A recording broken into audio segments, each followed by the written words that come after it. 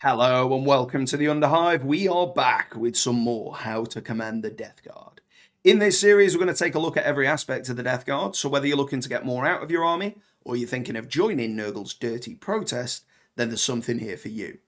In this episode, we're going to take a look at the shooting phase stratagems, both our own turn and the opponent's shooting phase, though there are less for those. And we're going to break them down per type of model you would use it on. So let's dive in and take a look at what we can do in the shooting phase.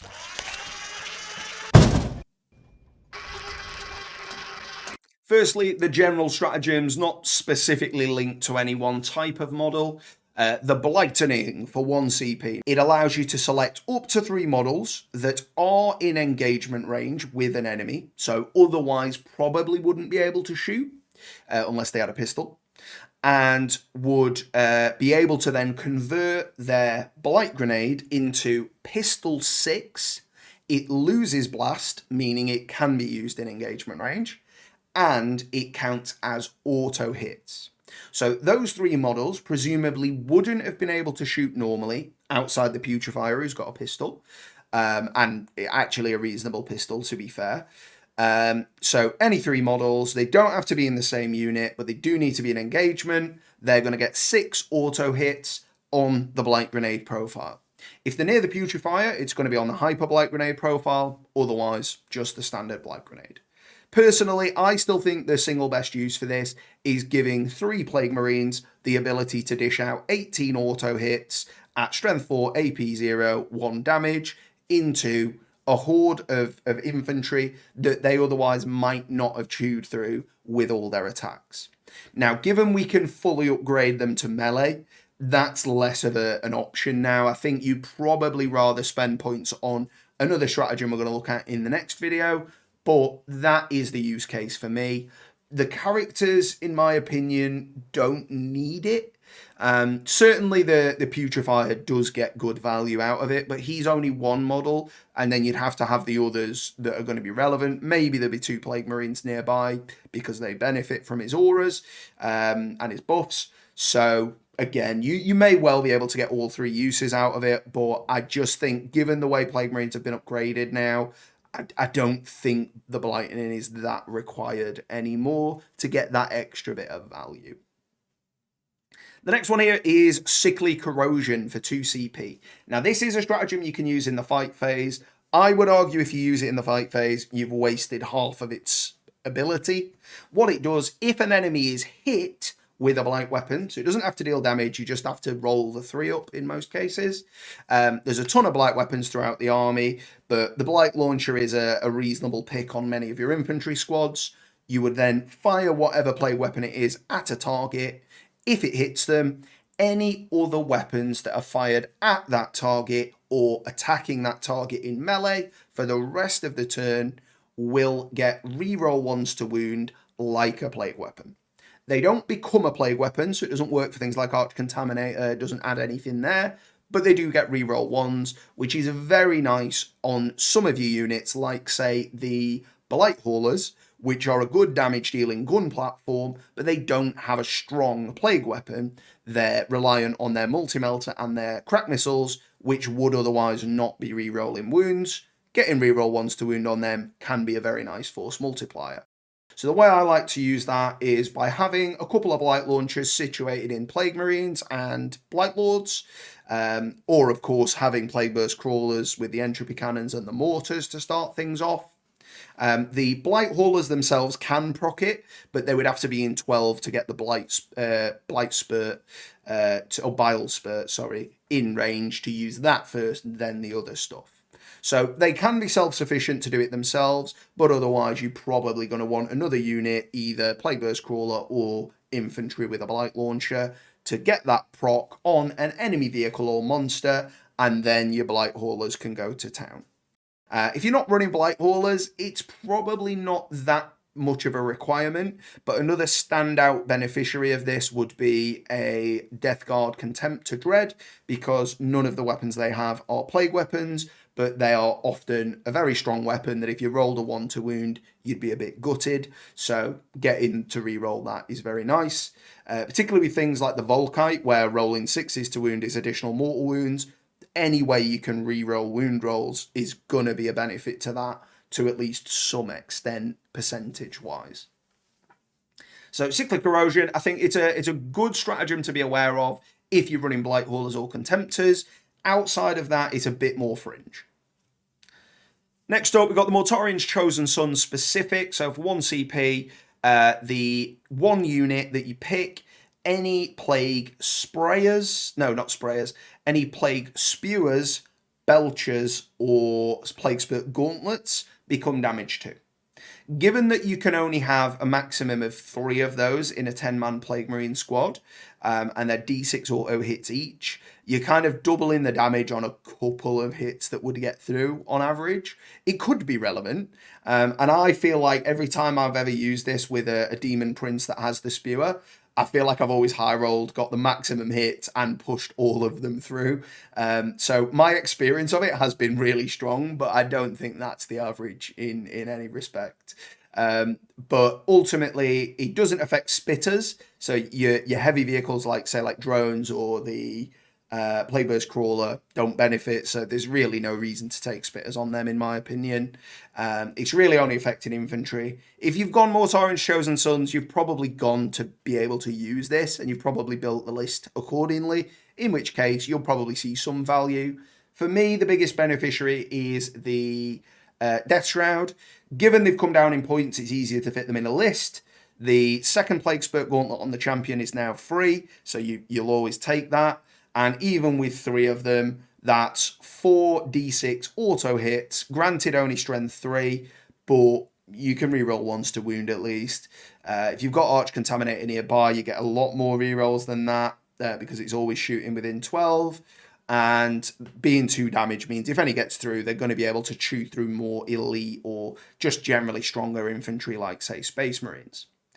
So it's not a bad shout, but I just don't think it's a good company to pick compared to the second and third.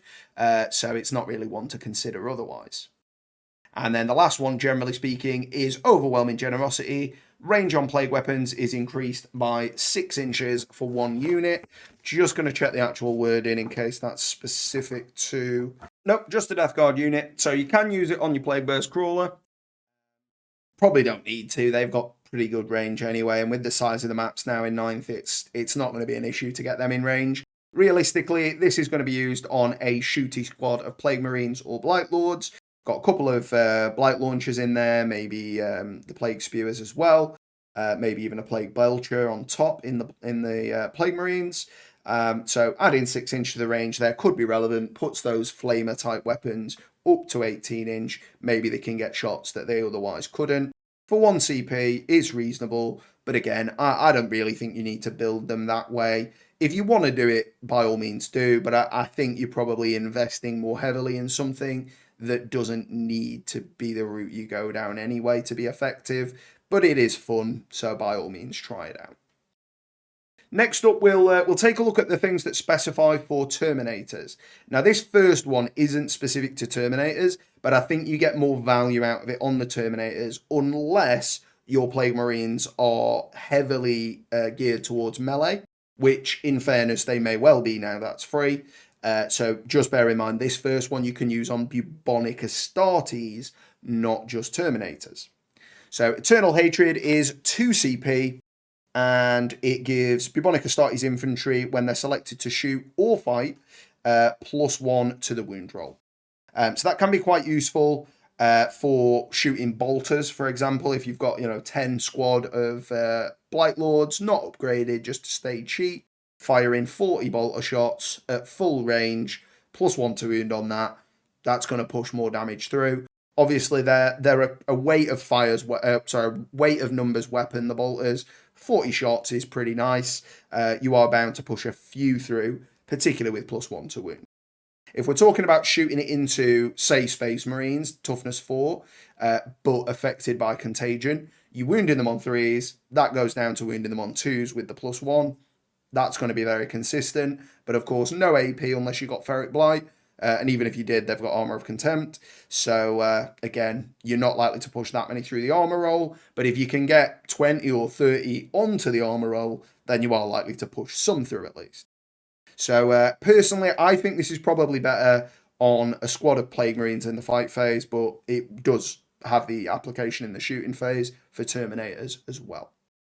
Could also be important on the Death Shroud, given that their ranged weapon is only strength 3. So +1 to wound on that will make it a much nicer breakpoint. And again, they reroll ones because that's a plague weapon. So they are fairly consistent to get those rerolls as well. The next one there is Vermid Whispers. So this gives a Terminator unit +1 to hit. Pretty straightforward. When you feel a +1 to hit, it's going to be relevant. Maybe Dense is involved. Maybe it's just really important they make these shots. +1 to hit for 1 CP. Fair enough. And then Virulent Rounds isn't limited to Terminators, but given Plague Marines can upgrade their bolters for free, you're not going to take bolters in many cases now. I certainly wouldn't take them in any situation whatsoever. So really, Virulent Rounds is only related to Blight Lords. Bolters become plague weapons, so they automatically reroll ones to wound, but they also count as a plague weapon as far as Arch Contaminator. So if you are shooting at a target that's within 12, you'd get full rerolls to wound if the Arch Contaminator character is nearby. So that's that for the shooting phase for infantry, primarily Terminators. And then the next are for vehicles. So Disgusting Force is 1 CP, and I would say very good value depending on how your opponent's situated. It's for the Plague Burst Crawler specifically, and it's for its mortar attack specifically. So each time the model makes an attack with its Plague Burst Mortar, it has a damage characteristic of 3, so it's going to be a lot better at dealing with very tough infantry, for example, enemy Terminators. But not only that, after the model is shot, select one enemy unit that was hit by one or more of the attacks. So you can only select one, you can't do this multiple times. But select one enemy unit and roll a d6 for each other unit that is within 3, and on a 4-up they take 1 mortal wound. Again, as we said, 1 mortal wound on a unit, not likely to be that potent, but it's a nice additional bit of splash damage, if you like, which is very good. I think if you're using it because the 3 damage is relevant here to kill models, and getting the extra mortal wounds spilling over is just an added bonus. I think that's kind of worth it for 1 CP, as long as the 3 damage is going to be relevant. There's a lot of army out there with -1 damage on certain models, so going down from 2 damage to 1 is halving it. If you use this stratagem, they're only taking 1/3 of your damage away, and the flat 2 that it would then be doing is possibly still relevant. A lot of models that have -1 damage have 4 or more wounds, depending on the model. Obviously, Dreadnoughts have considerably more. So having 2 damage after the reducing it means 2 shots would kill a 4 wound model, like, say, Eldari Wraith units that have -1 damage. They can be very difficult to deal with, so something like that is a very nice use case. Next, we've got the Poxmongers specific, is the Demon Engine can shoot blast into engagement and it gets +1 to hit. So again, it really only affects the Plague Burst Crawler again. So yeah, they can shoot their other heavy weapons anyway, and they don't get the -1 because of Inexorable Advance, being Death Guard. This would allow them to shoot the blast and they get +1 to hit on the blast weapon as well. There'd be no penalty because they don't have a penalty for firing heavy weapons, and it is a heavy weapon. So again, if your Plague Burst Crawler is in engagement range, it's not going to be doing a lot with its melee attacks. It might get itself out of trouble with its just the ranged attacks it can do, but if you don't think it will, the mortar might be relevant, so you can use the mortar as well. But you do have to be Poxmongers to do that, and I don't think they're that strong a plague company, so I wouldn't ever be doing it because I wouldn't pick them. And then the last one is Fire Fever, again 1 CP, +1 to hit and +1 to wound when shooting, for a Hellbrute. I don't think the Hellbrute's a great pick. I think you've got plenty of other options in terms of vehicles that are better. If you are running a Hellbrute, you might want +1 to hit and wound. It's a nice buff for 1 CP. Effectively, you're paying more than that if you want that on your Terminators or your Bubonic Astartes. Because of course, +1 to wound is 2 CP on its own. So getting it for 1 CP on the Hellbrute's pretty nice. But bearing in mind, they can only have 1 ranged weapon and 1 fist. So they're not making an awful lot of shots with that. But if you have got one, maybe say like a twin las cannon, that could be particularly relevant to get +1 to hit and wound on, maybe end up pushing them both through to the armor save and potentially dealing up to 12 damage. If you end up wiping out a 12 wound model because you rolled a big 6 on both when you've used that, it will really feel worth it, but I just don't think a Hellbrute's worth taking to begin with. That's that for the shooting phase. Not an awful lot all said and done, which is why I would heavily recommend investing in Warlord traits and relics before the game, because +1 to wound on your Bubonic Astartes, yeah, it might be relevant for bolters in the shooting phase in early turns, but otherwise it's probably something you can do without. Maybe more relevant when we get to the fight phase stuff. In your opponent's shooting phase, you can use Belching Fumes. So this is specifically for Blight Hauler models.